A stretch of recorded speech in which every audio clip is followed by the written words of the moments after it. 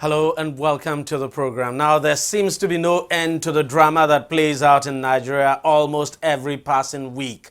And there have indeed been many this past few weeks, from the ego crisis between the Minister of State for Petroleum and the head of the NNPC to the brickbat between a Nigerian senator and the Inspector General of Police. By the way, that senator is actually a retired police officer. Now it's the Maina affair, if you like. I'm talking about the former head of the former head now of the Presidential Task Force on Pension, Abdul Rashid Maina. He actually escaped to Dubai in the wake of the pension scandal, running into billions of naira. And for a while, we all seem to have forgotten him and the alleged pension scam. But suddenly he resurfaced and got reinstated into the Federal Civil Service, albeit quietly. But then the bubble burst when online investigative newspaper Premium Times broke the news that Mr. Maina has actually been reinstated to the Federal Civil Service and deployed to the Ministry of Interior as Deputy Director. As you would expect, of course, the media feasted on the scoop, a deluge of reactions followed, and in no time at all, the President ordered the immediate disengagement of Mr. Maina and an investigation of the circumstance leading to his reinstatement. Now, both the Minister of Interior and the head of the Civil Service of the Federation have denied having anything to do with the whole issue. And the Attorney General, who has been mentioned in the case, is due to appear before the Senate. Of course, the Senate is probing the whole saga. In the midst of all of this drama, the family of Abdul Rashid Maina dropped another bombshell, claiming that Mr. Maina was actually invited by the administration of President Buhari to be part of what they call the change administration of the government. Of course, the government has dismissed that. Records, however, show that Maina has a subsistent court judgment now, which actually ordered his reinstatement in 2014. The judgment was, however, not appealed, of course, by the administration of Goodluck Jonathan and, of course, the administration after him. To be candid, no one can confidently tell you they fully understand what is going on with the Maina case. No one can tell you that. But then, is President Buhari in order to have terminated the appointment of Maina without vacating the judgment? I mean, the judgment he got in his favor. Joining me now to discuss this whole saga that is a bit confusing and quite winding, if you ask me. I have two gentlemen. I have Olayinka Ola Daniels, who is a regular on the program. Thank you very much for coming. He's a lawyer. I also have Olaraju Ajanaku, another lawyer as well. Both of you are lawyers. Thank you very much for coming on the program. Let me start with you, Mr. Ajanaku. You look at this whole Maina issue, it's becoming more like, the more you look, the less you see, the less you understand it. Well, quite captivating your prologue on the matter. But let we look at it, that it is quite interesting, to say the least, that someone who was said to be on the run, someone who was wanted way back in 2013, suddenly came back into service without the people, the so-called people who ought to be in the know, knowing about his reinstatement. Well, it's now becoming like a season thing. This part... And part of the information that is coming out now is that the SSS actually provided security for him. So the SSS and the police. Well, everything is still in the open. We hear this, we hear that. Exactly. We have not been able to because nobody has actually seen Maina anyway, in spite of all of this. Well, I have seen documents. I've seen documents, particularly the one in which Maina said, approached the court to declare his removal from office as unjust and all that. And up till today, at that point when the judgment was given in his favor indeed, up to today, we've not seen anything any appeal against the judgment. So if you don't have an appeal against the judgment, what you need to do is to write to be reinstated with the judgment of court that you have. We will now look at it. The Attorney General then, the Attorney General then act appropriately in that regard in recommending or acting on the judgment that was given in favor of Abdul Rashid Maina? If no, what about now?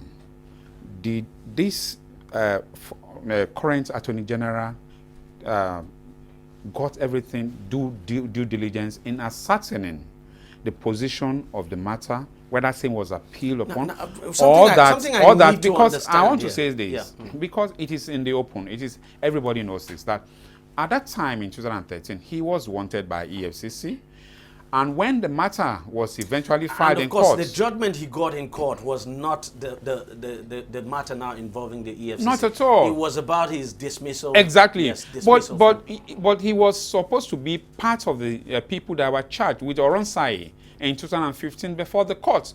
He absconded. He was nowhere to be found. So therefore, what did the prosecution did? By the way, Oronsai has actually been set free by the court. Yes, exactly. But at that time, that's Oronsai went to face his matter. At the end of the day, he was set free. But at this point in time, he did not show up for his matter. He was unable to face the trial. If he had faced it and he was discharged or acquitted and eventually discharged of any wrongdoing, then he can But was he charged? Has he been charged to courts? Now, he could not be charged because he was not available. He didn't make himself available to face his trial. So now that he's available, what should be done would be for him, wherever he's hiding, if you feel you have not done anything wrong, come to court and show yourself. Let me just pause you there and let's hear from Olayinka Oladanielson. Just help us to understand this. Well, if we really want to understand this, I'm sure it's going to be a task that even the stakeholders that are involved in this matter because don't even understand. And I will tell you why. It even seems the president himself doesn't understand. And I'll tell you why I said even nobody understand the game. You know why? There's a twist to this whole judgment we're talking about. That was no appeal that was given. Now, let me bust your bubble. The twist to it is the fact that the judgment we are talking about was not the judgment we were given.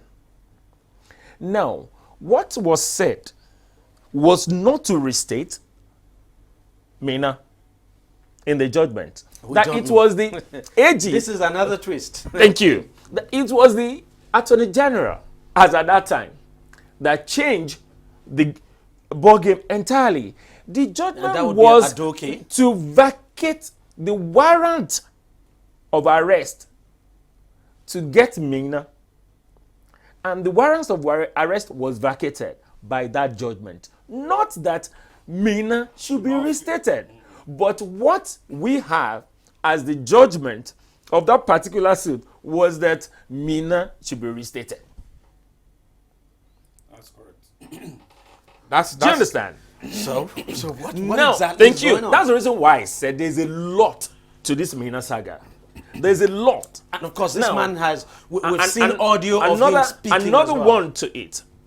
If somebody absconded and is being on the wanted list by EFCC, now, you would expect all the security agencies to be aware of. What we now hear, oh yes, they've been looking for him. Now, Maina was restated before the disengagement by Mr. President. Until today,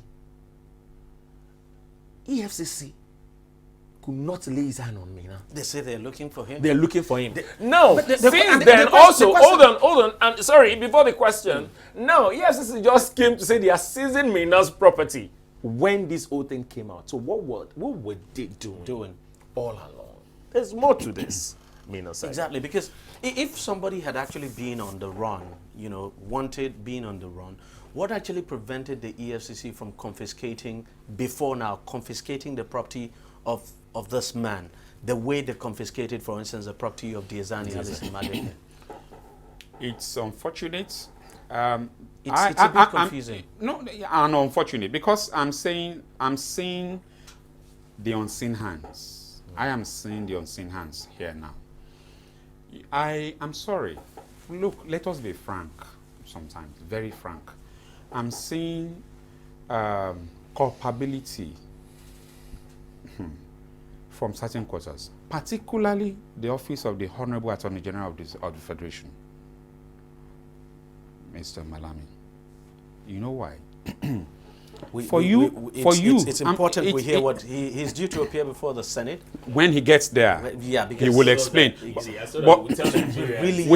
we have heard. He said, or it was stated on his behalf. He hasn't said anything. It was stated on his behalf. He said he's going to speak to Nigerians. No, we will listen. But it was stated on his behalf that he acted in the interest of Nigeria. Which interest of Nigerians? That he was the one that was responsible.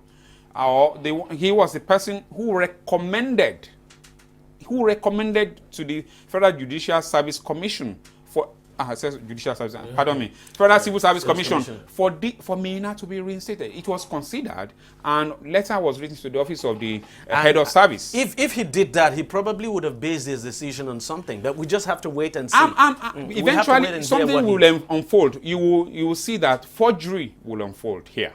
Forgery will unfold. Eventually, I wouldn't want us to preempt.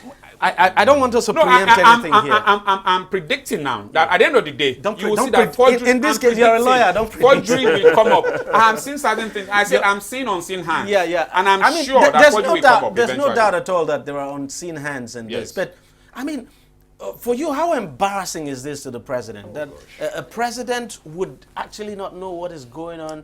And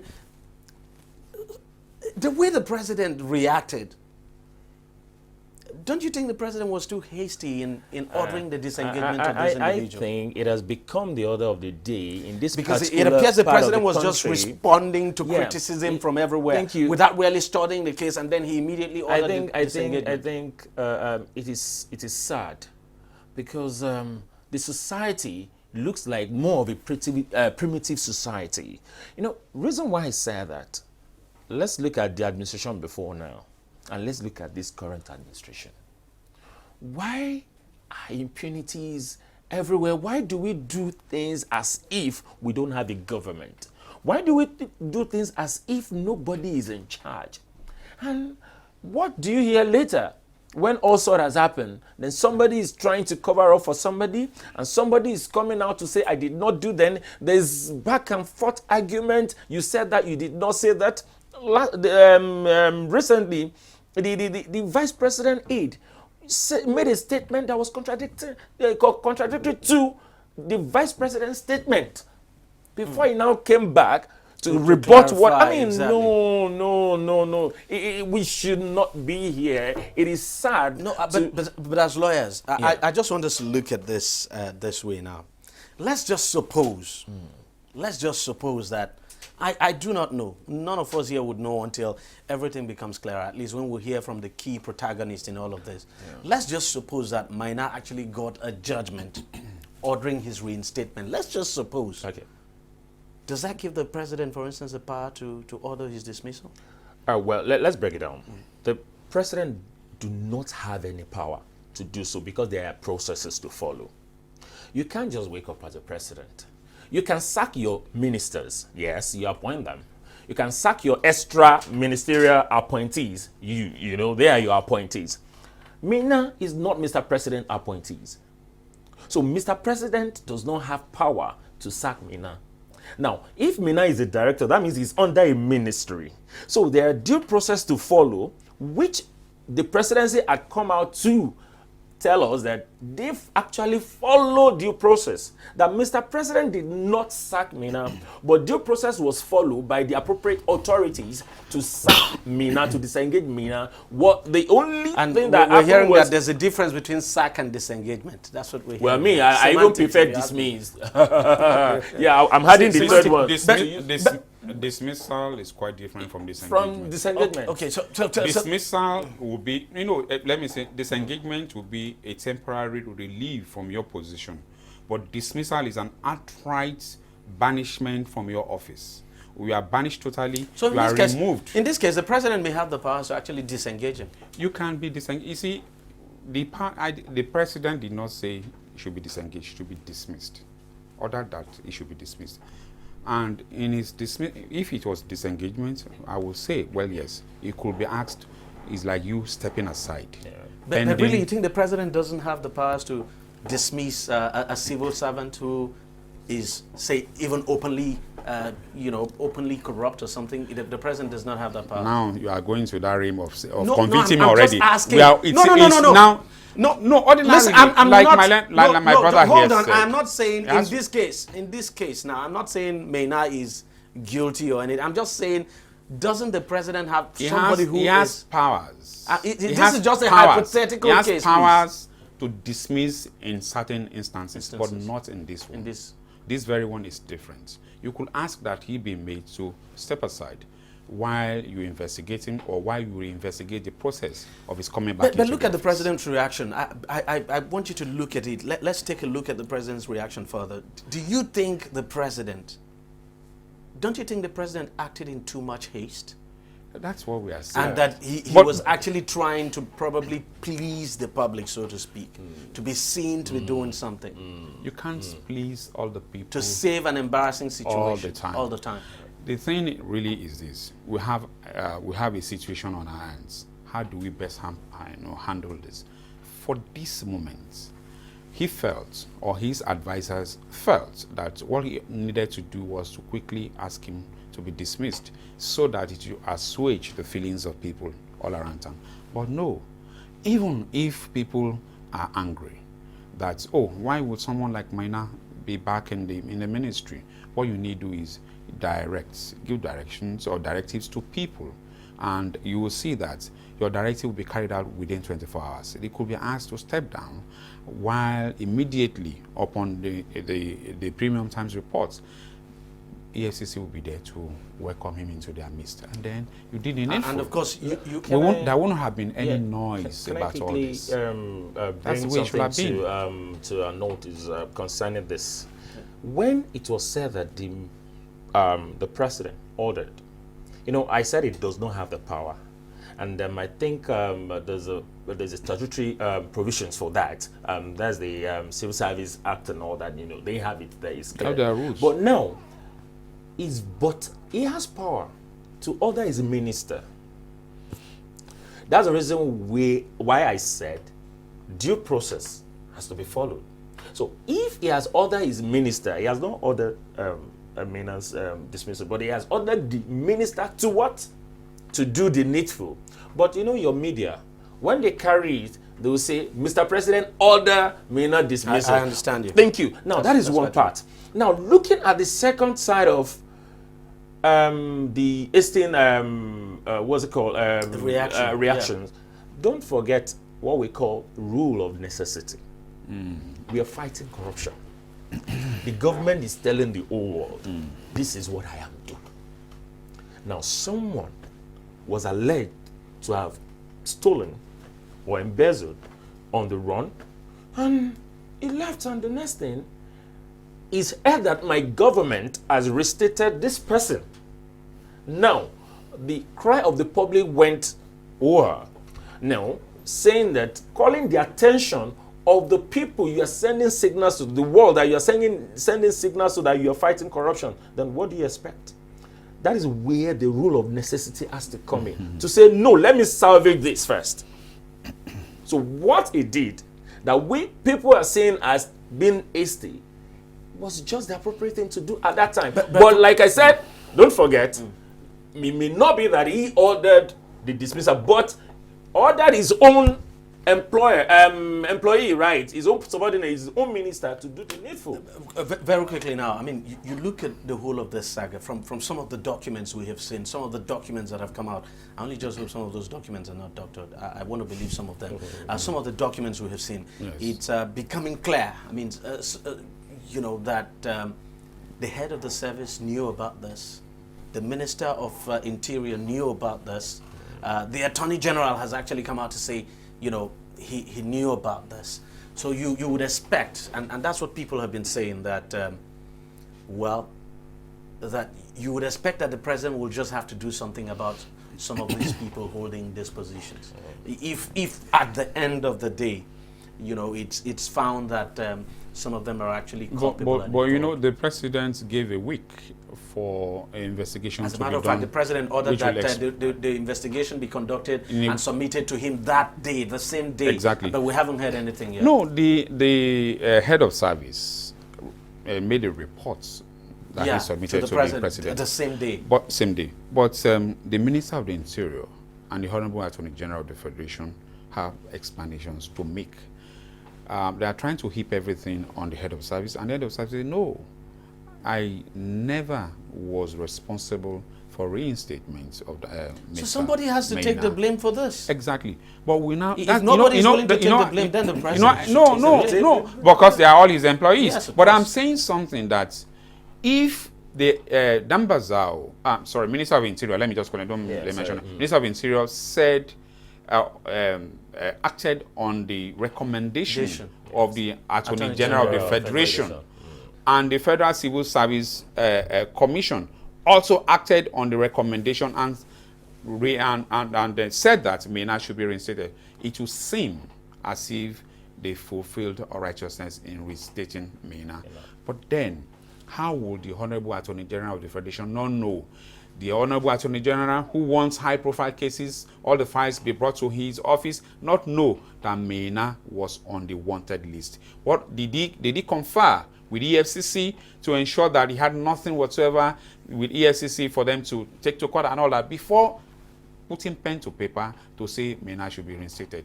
It is, I mean, leaves much to be desired of the Honorable Attorney General. But most importantly in all of this, it's also very important that Maina actually comes out and let him at least speak and tell us, because he's been making so many allegations as well, and it's important that we hear that we hear from him as well.